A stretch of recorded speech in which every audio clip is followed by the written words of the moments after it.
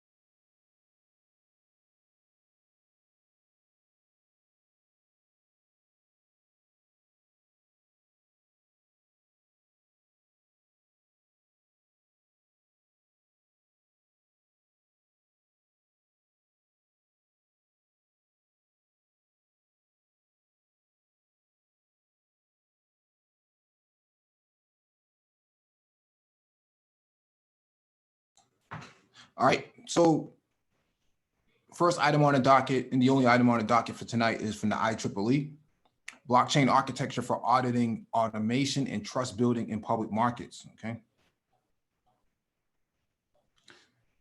Business transactions by public firms must be reported, verified, and audited periodically, which is labor intensive and time consuming. To streamline this procedure, we haven't designed future auditing blockchain to automate the report and auditing process, allowing auditors to focus on discretionary account to better detect and prevent fraud. So what we're talking about here tonight is basically streamlining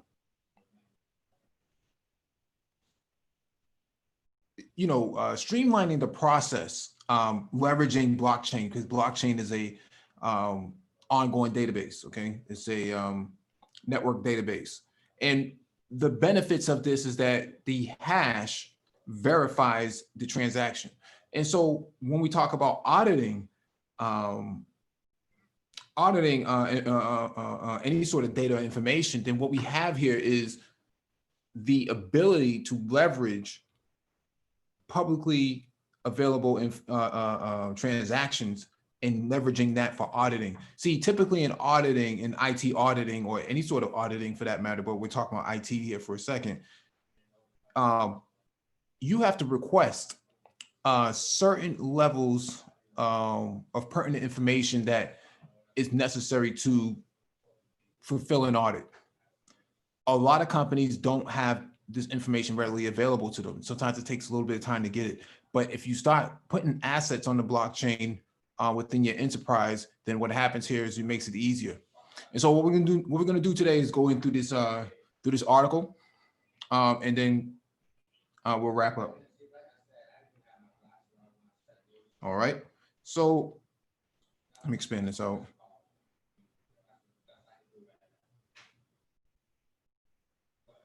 Financial auditing is a systematic and independent process of examining an organization's financial data, including books, accounts, statutory records, documents, vouchers to determine if they are accurate and compliant with laws and regulations. Verification and counterparty transactions is a central part of auditing. Public firms tend to be large, with a total global market capitalization of $68.7 trillion. Auditing firms handle large quantities of mechanical transaction verification and have limited resources for more sophisticated tasks that require discretionary judgment and expertise. Due to the high cost of verification, auditors usually randomize audit samples. Consequently, traditional auditing is necessarily partial, with a considerable potential for misreporting, which erodes investors' trust in public markets. Moreover, auditing firms may possess mutually useful information, yet prefer to work independently because, one, clients are reluctant to authorize the sharing of data, which makes it illegal for third parties to do so, especially after regulations such as the General Data Protection Regulation, GDPR. And two, traditional infrastructure does not have a mechanism to share data in a cost-efficient way.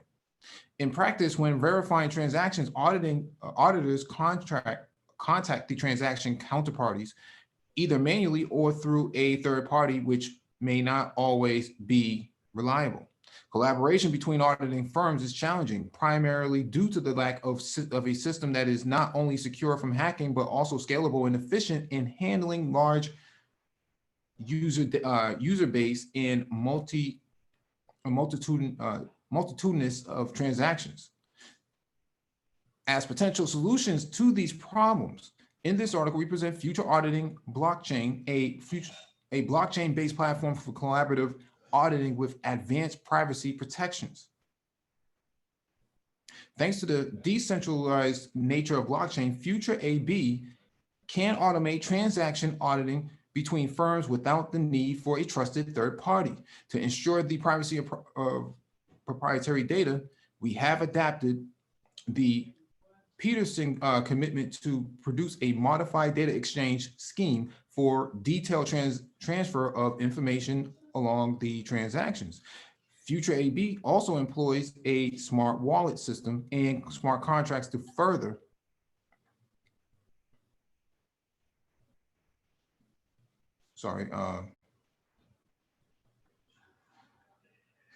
improve efficiency. We strengthen the protocol with ledgers to keep track of records with immutability and ensure informational security. Information stored on various ledgers make it simple and easy to detect manipulation attempts. Finally, we implemented our future AB system on Ethereum to evaluate its performance. We found that future AB is scalable and efficient with encryption speed of 0.012 seconds of a transaction and verification of 0.0001 seconds of a transaction. Our system answers the auditing industry's call for blockchain-based innovation. Although all of the big four auditing firms are aware of the importance of blockchain and devoting fast resources to development by establishing research labs or providing blockchain services, it is still unclear exactly how this emerging technology will affect the auditing industry and indeed the auditors themselves. While accounting firms' recent efforts,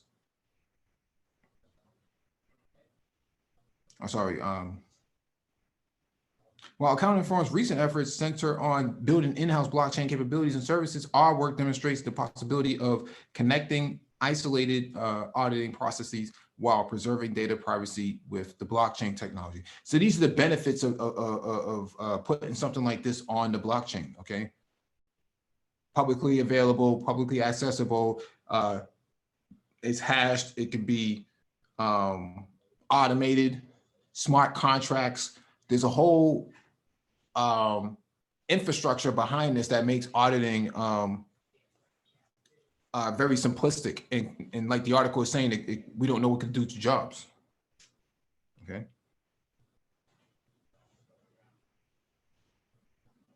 In auditing, collaboration is often identified as a way to reduce costs and improve efficiency. There are several existing applications designed for collaborative auditing. Wu et al. Have proposed an agent-based architecture to increase the frequency of periodic audits. This scheme emphasizes efficiency in continuous auditing, but does not address privacy concerns. Satchel et al. I have presented a framework based on the concept of an audit warehouse that enables central tool-supported auditing of cross-enterprise business process. Chen et al. Have developed a collaborative continuous auditing model relying on XML and web service technologies under service-oriented architecture environments, SOA. A complex protection profile is required to ensure data security in these two frameworks. Wang et al.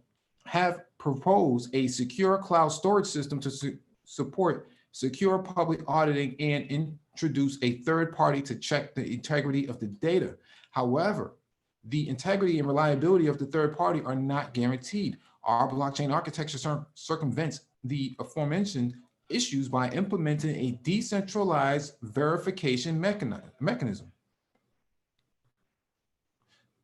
Nick Szabel has proposed smart contracts, computer protocols that can automatically execute the terms of a contract, facilitate and verify the performance of a contract, interact with the other contracts, make decisions, store data, and send data to others. Many smart contract platforms are now emerging, including Ethereum, Hyperledger, and Quarter. I'll get into some of that later. The Future AB platform takes full advantage of smart contracts to further minimize human error and improve efficiency in auditing. The Peterson commitment is a commitment scheme based on cryptographic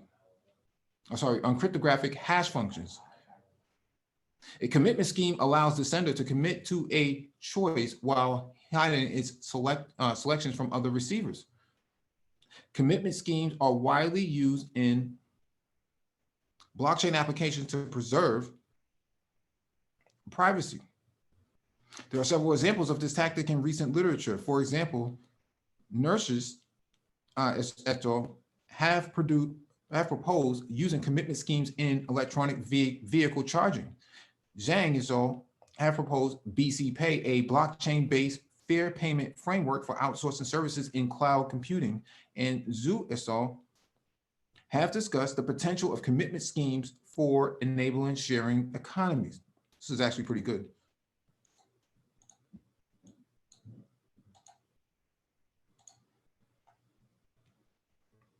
Future AB leverages the Peterson commitment with specific adjustments to guarantee information security.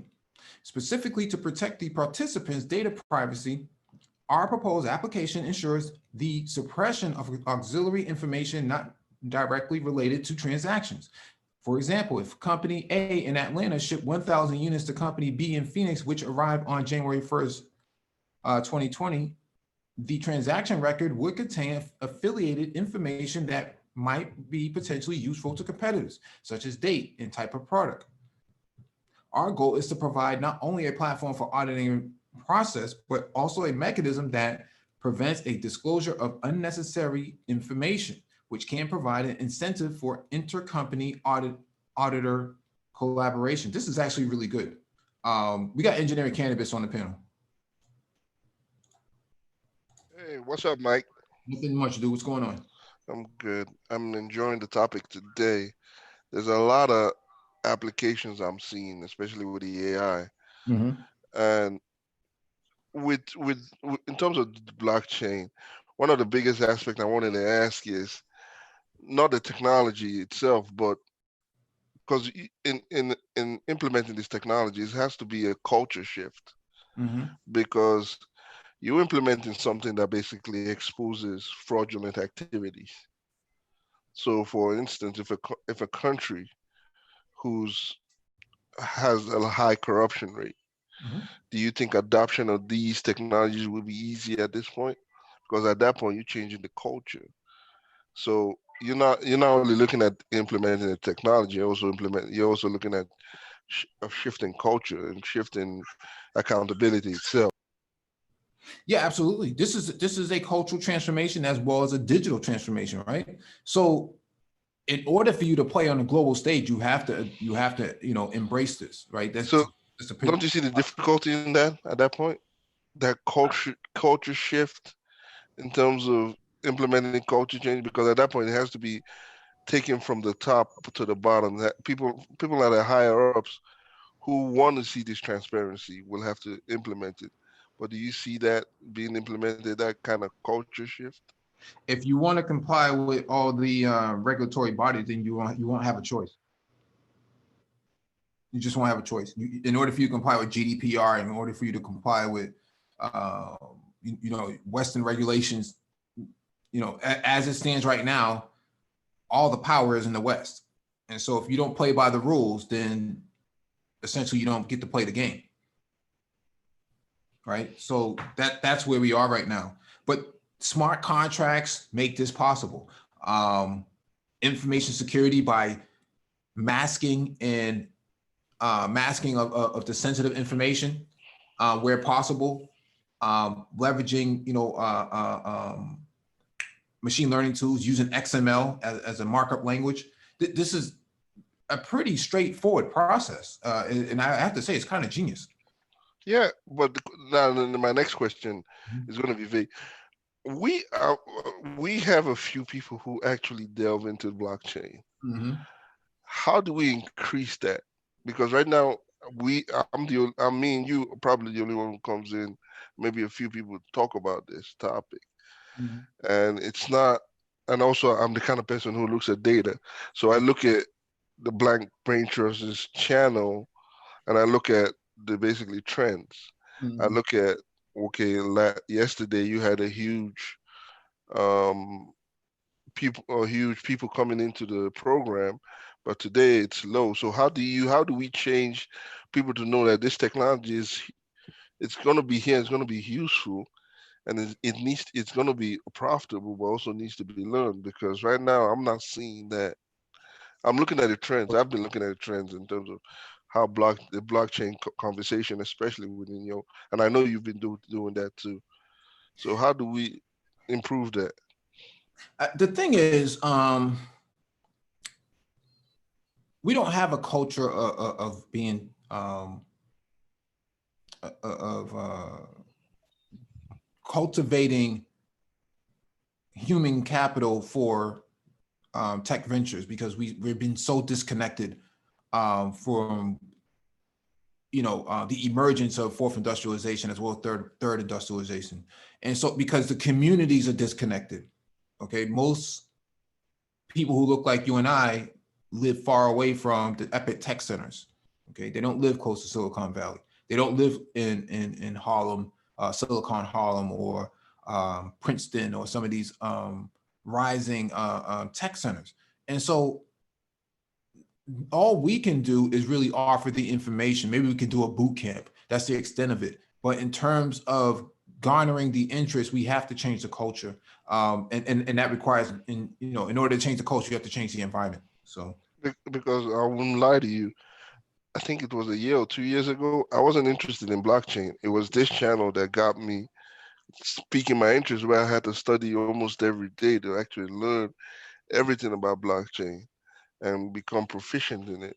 mhm. So again, that's why I'm saying, if this can help me become proficient in blockchain and programming in blockchain, I don't know why more people are jumping into it and trying to see, especially with the information being given, why are more people gravitating into something like this? Well, you're a tech person already. You're talking about non-tech people. How do you engage them? The thing about tech is that has to be cultivated within the environment. Um, but that's something that that requires an environmental shift. Let me finish this article real quick. Pain points for current auditing process. Traditionally, the auditing process of each company is independent. Several issues arise. High cost and low efficiency. Auditors of one company must request transaction records from counterparties and manually verify the information, which is a labor-intensive process. This is true. Failure to fully utilize all information, reducing auditing sample size is a common way to reduce costs. However, Kyle Atchell underscored that the sample size correlates the quality of auditing. The failure of full information utilization, therefore, negatively affects the end result. This is true. Fraudulent reports. Failure to use all information in auditing also creates a greater potential for fraud or misreporting. Companies may overstate earnings to boost their stock market valuation. Yeah, fraudulent reports are pretty common. Okay, they cook the books is the term that they use. Okay, cook the books. That's what happens with fraudulent reports. Yeah. And I've Yeah. seen it in not only in small, I've seen it in big government where fraudulent reports are basically the norm, and they explain away with just a head nod, like I don't know where the money went. Well, So not just so much where the money went, but where the assets, right? If where you, they ask, yeah, I don't know where it is. yeah. So these gives you accountability, and not only that, I wrote in the chat about a forensic accountant. Mhm. These this will be a huge tool, especially with forensic accounting, to basically go back to organizations and basically start looking through their basically financials. Even Yeah. banks will start adopting this. It depends how far back you want to go. Most companies don't keep anything beyond 7 years. But we will see a huge yeah, but but adoption in terms of, yeah, 3 years. But again, if you're looking into starting a forensic accounting, and you could be a forefront in leading that kind of charge with this technology. Yeah, brokerage firms actually have to hold some records up to 10 years. Yeah. So it all depends on the industry and I guess the business. Yep. Yep. I know medical in the healthcare industry, they keep records up to 27 years. So depending on what kind of patient it was, especially if it was a child or something like that, they have to keep those records. Let me finish this up. Privacy and access. A platform for auditors to share transaction information might reduce the cost and improve the efficiency and quality and quality of the auditing process. However, companies are reluctant to reveal proprietary information to others, especially their competitors. And so what you're seeing right here in figure 1 is the different roles of in future auditing blockchain. Okay, auditors can communicate with the future blockchain. The companies interact with it, and the regulators. The information gets pushed to the regulators. So all they get to do is read the information. They don't get to actually modify it. Auditors are constantly interacting with it because they have to get the necessary information as they request. Right? Companies are constantly dumping information into it, and companies are constantly extracting information away from it.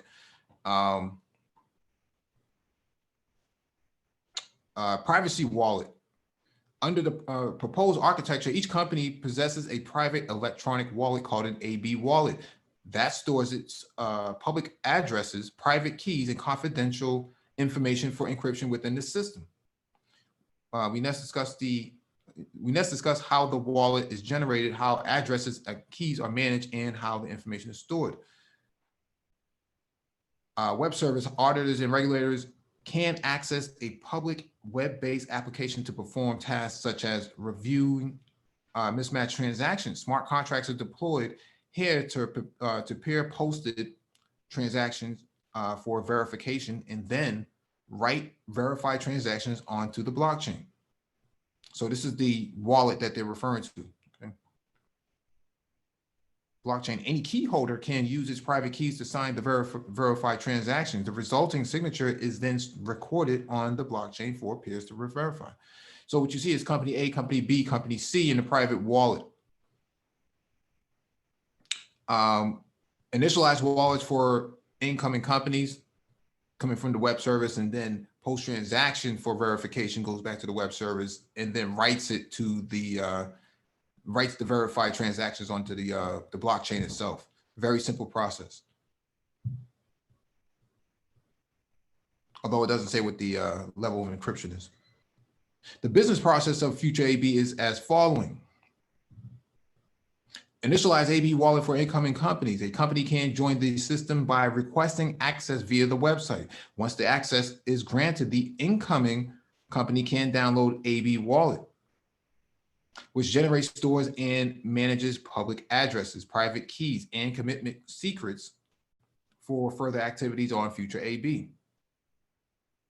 The organization overseeing the auditing should be the ones who monitor the blockchain system and respond to the company's access requests. As mentioned earlier, the PCAOB is a good candidate to maintain the auditing blockchain. An alternative would be an alliance of major auditing firms. The wallet initialization procedure is presented in figure 3. When company X joins the system, the company selects a set of other companies it often works with. In response, AB wallet generates distinct public addresses, private keys, and commitment secrets for the selected companies, sends the public addresses and commitment secrets to the corresponding companies, and then requests addresses from the counterparty company, why future AB company, a company provides a company,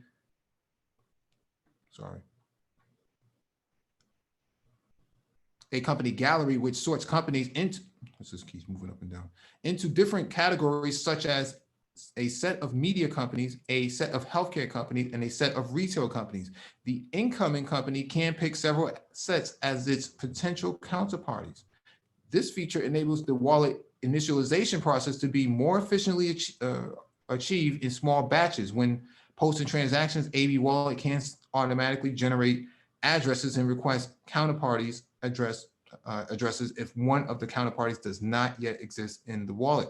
Once the addresses are received, value sets, timestamp addresses and address secrets and keys are stored privately in the wallet of the company. At the same time, company Y also privately stores the value sets, timestamp, address, secret keys. We use the elliptic curve digital signature algorithm as our signature scheme. This is really good Okay, what in a nutshell, what they're talking about doing is creating trusted parties. Okay, these are all verifiable trusted parties, so no one can actually have their company spoofed into joining a network and giving up sensitive information, especially the secrets and the keys itself, all the critical mechanisms for interacting with the blockchain itself. So this is pretty secure right out the gate.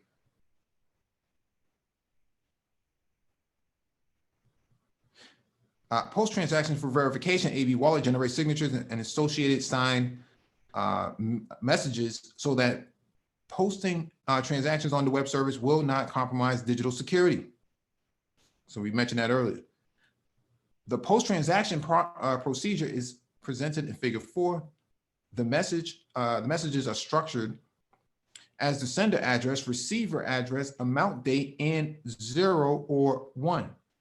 0 indicates the posted transaction is from the sender. Otherwise, the last digit of the message is 1. Once the message is posted successfully, the status of the message is labeled as pending, which means that it is pending verification. Beyond basic information, companies are encouraged to post details of the transaction and hide the information from the public with a Peterson commitment.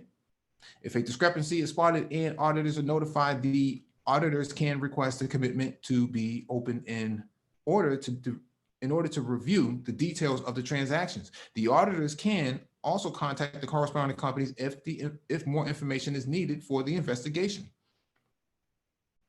Number 3, verify posted transactions. Both counterparties should post the transaction in encrypted messages with the same sender address, receiver address, and commitment secret.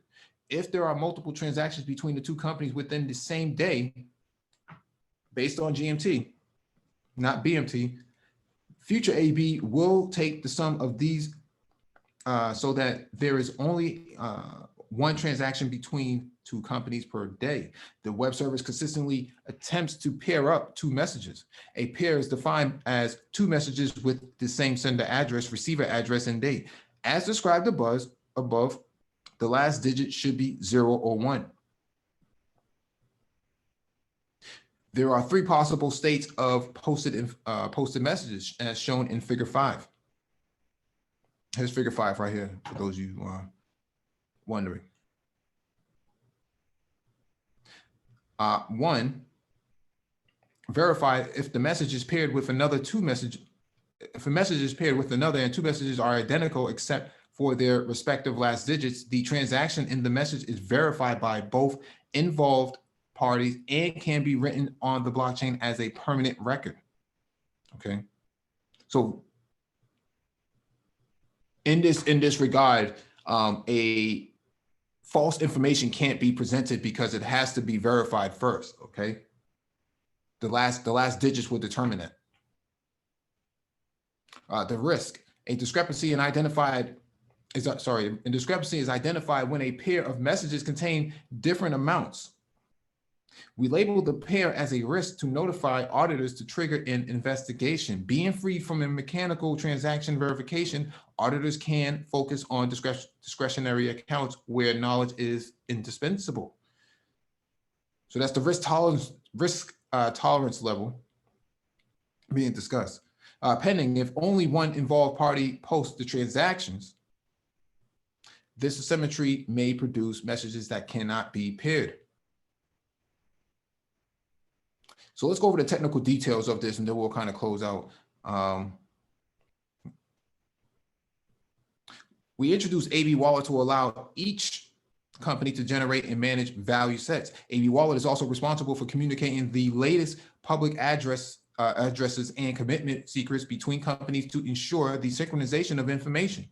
Wherever a company initiates the process of posting transactions, AB Wallet retrieves the latest value sets and encrypts the transactions.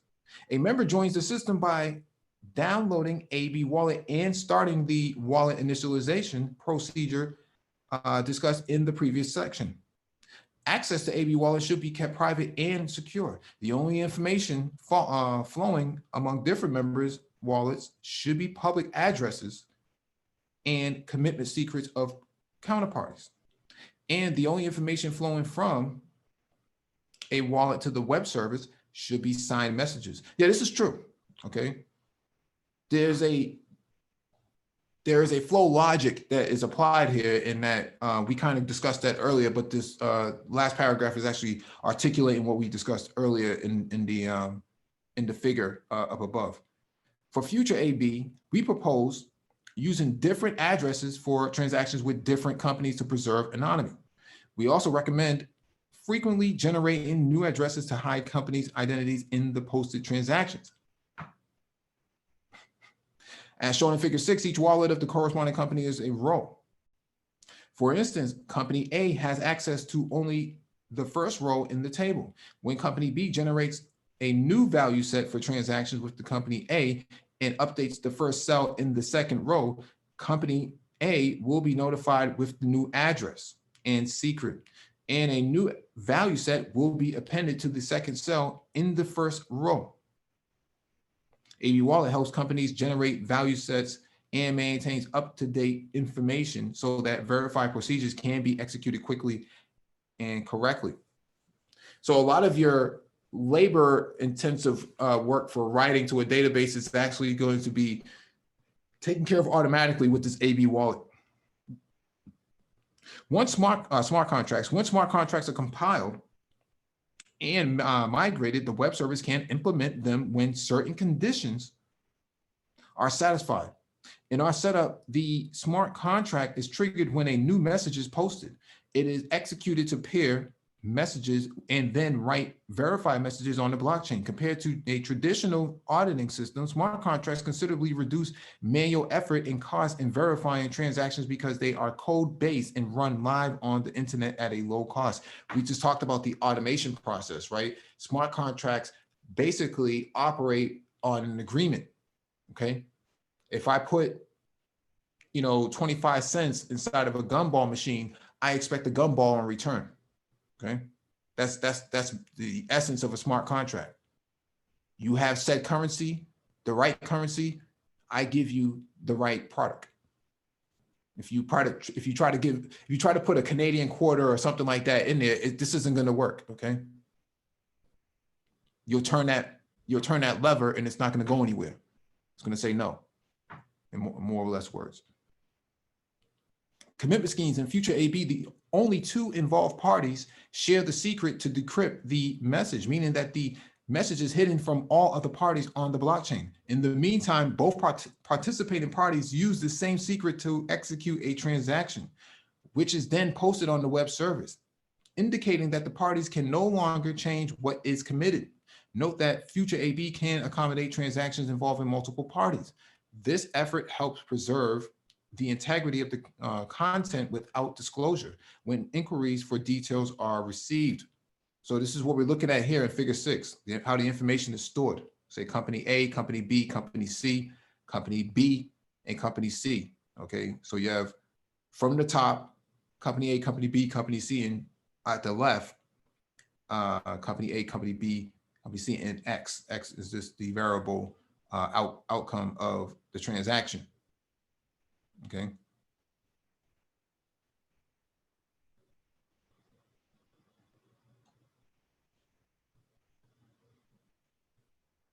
Anyways,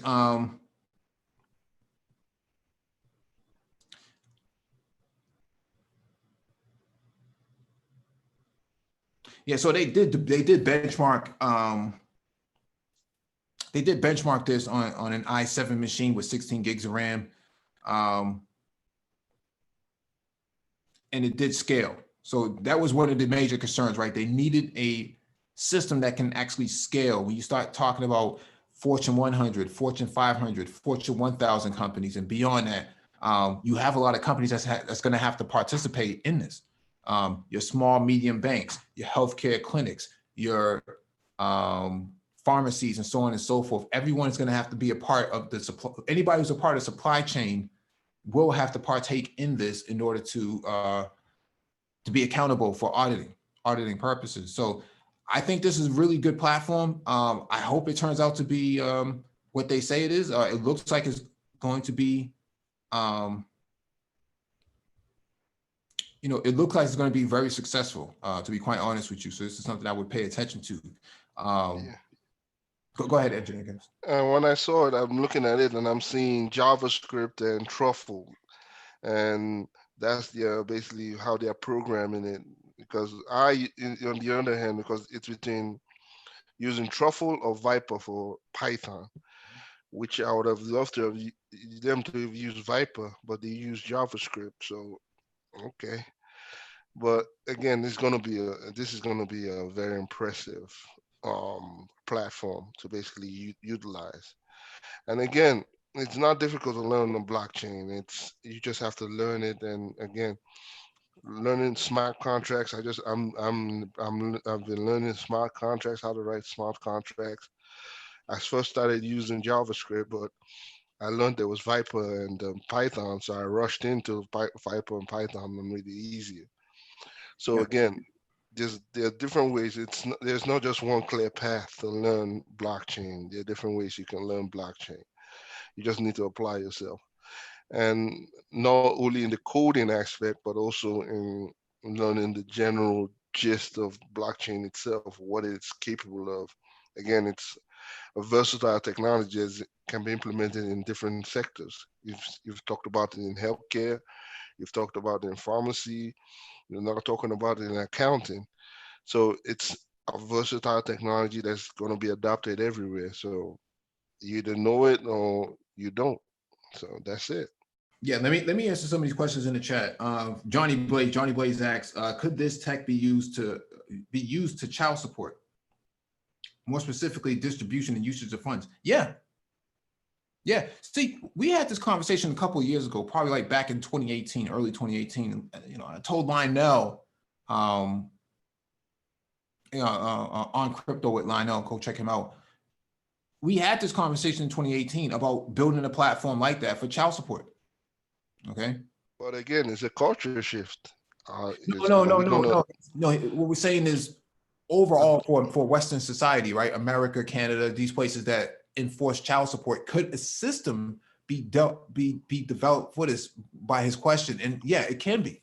It can be, but again, I want to say, are the individuals involved in this child support going to allow people be able to track the usage of where the child support money is going to, or where it's going to be implemented? Oh, at some point, things are going to have to change because the economy is going to change, right? So every dollar and every nickel and dime that gets spent is going to have to be monitored, right? It has to be audited, right? You know, this will create 100% efficiency in child support. Yeah, it will guarantee the child to have the needs being met. With that can be what you can focus on, the accountability part, saying this will allow every child involved in this to have what he or she needs. Yes. Not just what he or she needs, but what both parents are contributing. Yeah. Right. So now child support is not just a one-way street where men 80% of the time have to pay into a system where it goes into a black hole. No one knows where it goes. And so now, to me, a fair child support system is two families have to contribute, man. Why should the onus only have to be on the father, right? It should be her family and his family contributing to the system. That should be the way how it goes. Yeah, Mike, but I what you're laying out here is absolutely right, and this would work quite well. But only thing I'm going to just say is that that system is not designed to be fair. It's designed to, it's a punitive system. It's designed to punish you. It's designed to punish the man for having a child with this woman out of wedlock. It's a system of punishment. As much as it is economic, which makes a lot of money, it's a punitive system. So I just want to make sure that we're clear about that. So when you're talking about fair play, unfortunately, that's not a part of fairness is not a part of the equation. Yeah, there is no fairness doctrine in child support. Yeah, no, family court either. And so, yeah, that to answer your question, Johnny Blaze, that would be the case. Yes. Nicholas Parkinson says, I like cyber, but DevOps looks promising and continuous software delivery. Yeah, CI/CD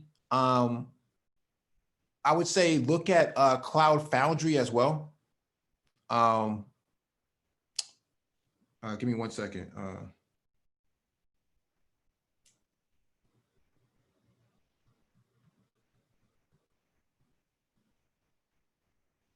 Let me see.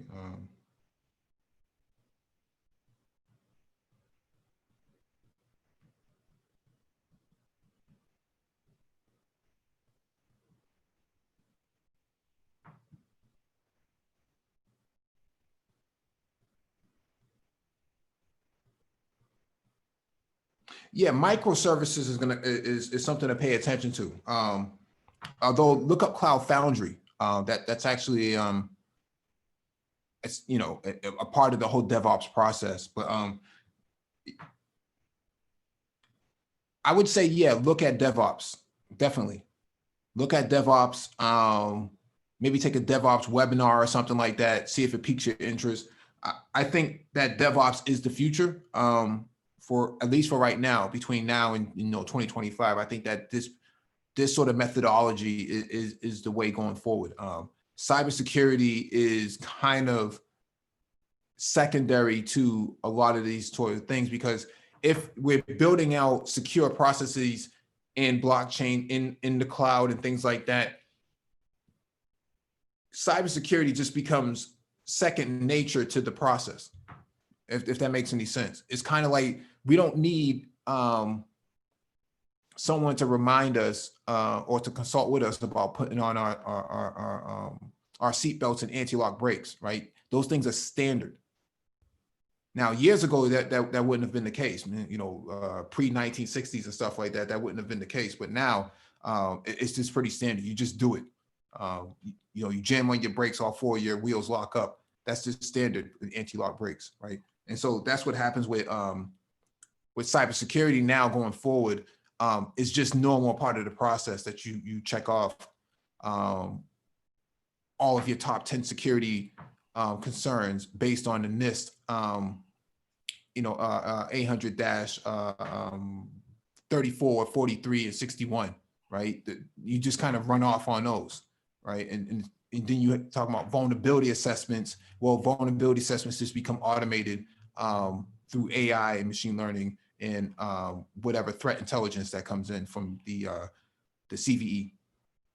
So, Mike, do you foresee certs like CompTIA Linux for blockchain specifically? Do I see certs? Do you foresee in the future where certs will be created for just blockchain in terms of CompTIA, Linux, and all that, where they... CompTIA is working on something. Okay, I spoke with them probably early in the year before COVID. They're working on something. I don't think you can really. So I think there's going to be a blockchain plus certification that we know is coming. I saw the. I shouldn't be revealing that information, but I did see that email come in, so I know they're working on that. So with mass adoption, you foresee more certs targeting just blockchain coming out? No. I think the problem is that blockchain is too new. It's not standardized, right? It hasn't been standardized. So how do you certify for something that's not standardized? All right. You can kind of do a knowledge certificate, but you can't do a certification, so to speak. The only ones who really can, structure a certification themselves is Linux Foundation, because they're the ones who control Hyperledger. Yeah. Right. Yeah. Yeah. So I want to pull up this from Isaka. So Certified Information Systems Auditor. We were just talking about a future AB, which is future auditing auditors blockchain, and getting this certification doesn't guarantee you a job, but this is very highly regarded in the industry. Okay, if you do a LinkedIn search on CISA, you'll see how many people actually come up on LinkedIn. Okay, they make a good portion of money. I know quite a few people who have pass the certification are doing very well for themselves in IT. Especially now with the pandemic, everybody's remote. They need somebody who's certified that can look at a system in an environment remotely and audit it. You can't go into the office anymore and really talk to people. So you have to do that stuff remotely. This is a really popping certification now, this like the last 30 days or so. 151,000 people hold this certification. And it's guaranteed 6 figures coming out the gate. I don't know anybody I know that has it is making 6 figures. And so what does it comprise of? Let's go over the job practices. Oh, we got to log in. Information systems auditing process, governance and management of IT. Information systems acquisition, development and implementation, information systems operations and business resilience, protection of information assets. This is key, right? So protection of information assets on the blockchain. Yeah, it's protected, right? Data has been masked. You have encryption.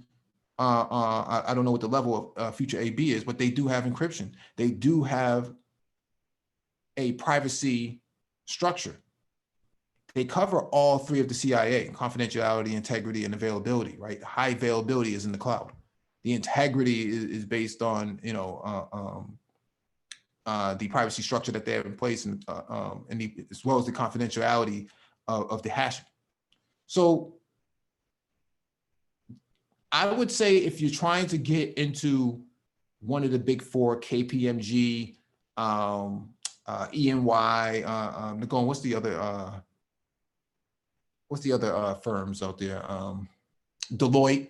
You're trying to get into one of those big 4, or Cooper's. Yep. Price Waterhouse Coopers. Yep. Thank you. Yeah. Yep. Yep. This is what they look for.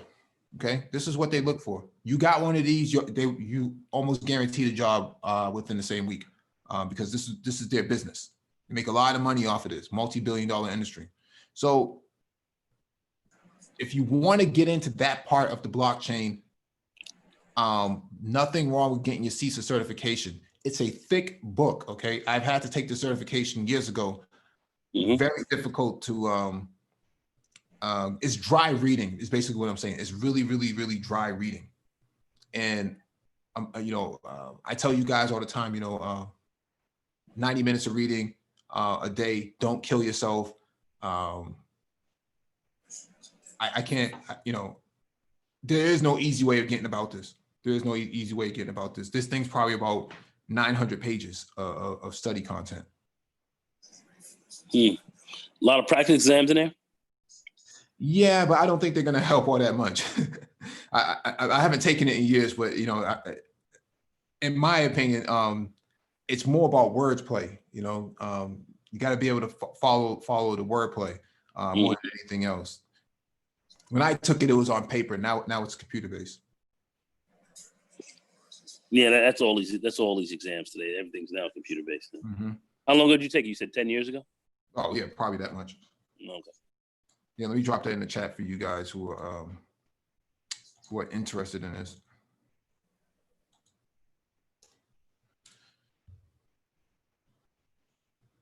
All right. I'll share my screen again, and then we'll go over privacy, right? So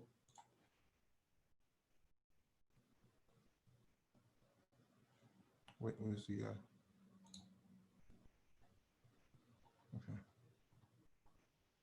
Privacy. So this is a new cert that came out this year, Certified Data Privacy Solutions Engineer, okay?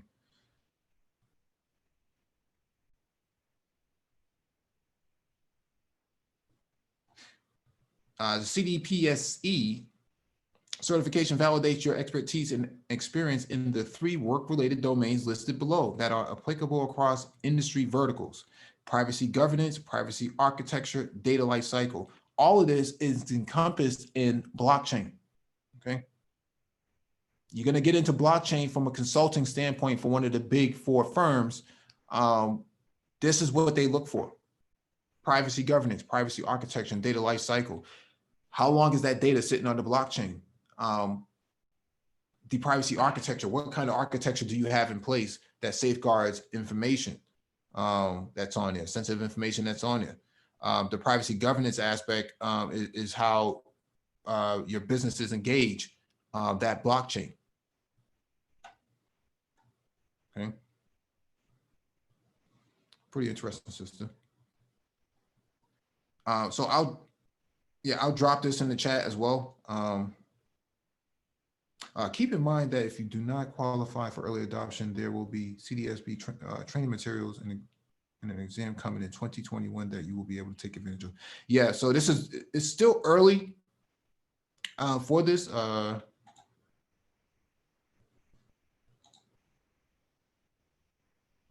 Yeah, it's still early for this exam, but it's still out there. I would take the CISA first and pass the CISA, and then get to the CDPSE, privacy engineer. You can't really go wrong with something like this. You get something like this, your baller status. These sort of certifications are the kind that kind of write their own tickets. So let me go into the last piece here. I think if you're new to blockchain, this might be too high of a level when we start talking about certifications and information systems auditors and privacy and stuff like that. If you want to get into blockchain and really learn about it, I would suggest taking the Linux Foundation course. This should bring you up to speed relatively quickly. And so introduction to Hyperledger blockchain technologies. It was mentioned in the article that they use Ethereum for future AB, but it also uses pretty open languages. And so I'm suspecting that you'll probably be able to develop something similar on Hyperledger. Hyperledger is the fastest growing platform for blockchain right now, or distributed ledger technology. And so I push it because it's kind of standardized and you don't get locked into something proprietary. I don't have any stake in this. I'm just saying I go with things that are trusted. If IBM trusts Hyperledger, if Intel trusts Hyperledger, it's probably a safe bet that Hyperledger is going to be pretty dominant. Big companies like that don't get behind things if they don't think it's trustworthy. And so I'll drop that link in the chat as well.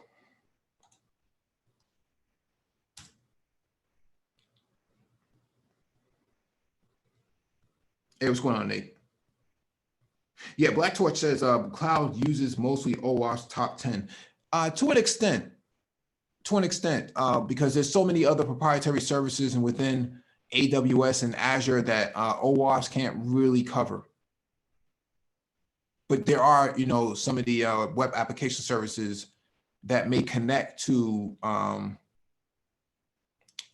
certain cloud platforms with, that may be applicable. But overall, though, AWS and Oracle and Azure are pretty proprietary or unique, at least in their own rights. And so sometimes OAuth doesn't completely do a one-to-one from a top 10 perspective. But I think there's a new OAuth being updated anyways to reflect these changes. So.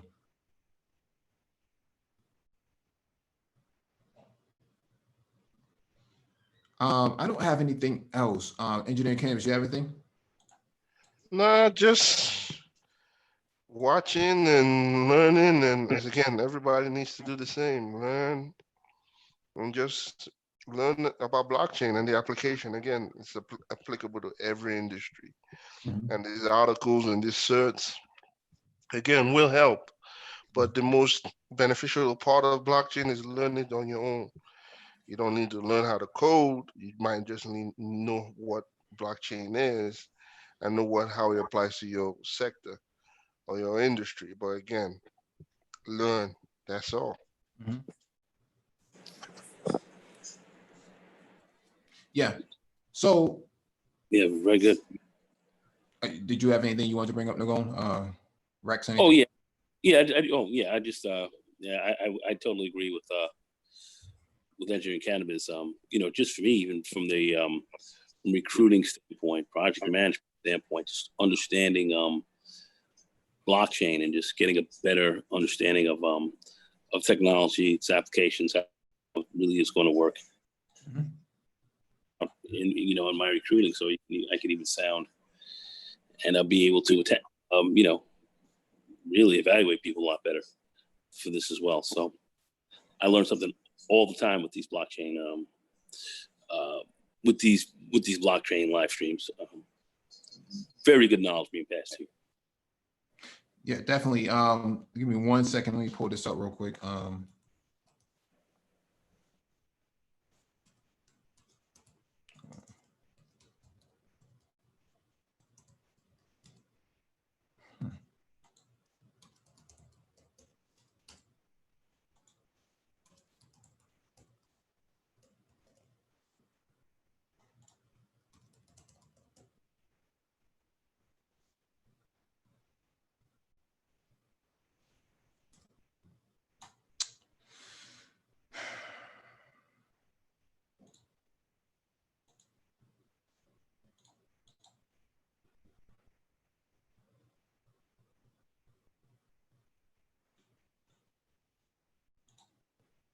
Actually, we'll skip it. We'll come back another night. We'll come back on Saturday and talk more about DevOps because I think Nicholas Parkinson has some questions about that, and we'll just kind of go over that. So thank you all for joining us. Please hit the like button if not already done so, and share the video if possible, and hit that notification bell so you get all the updates from the Black Brain Trust. Shalom.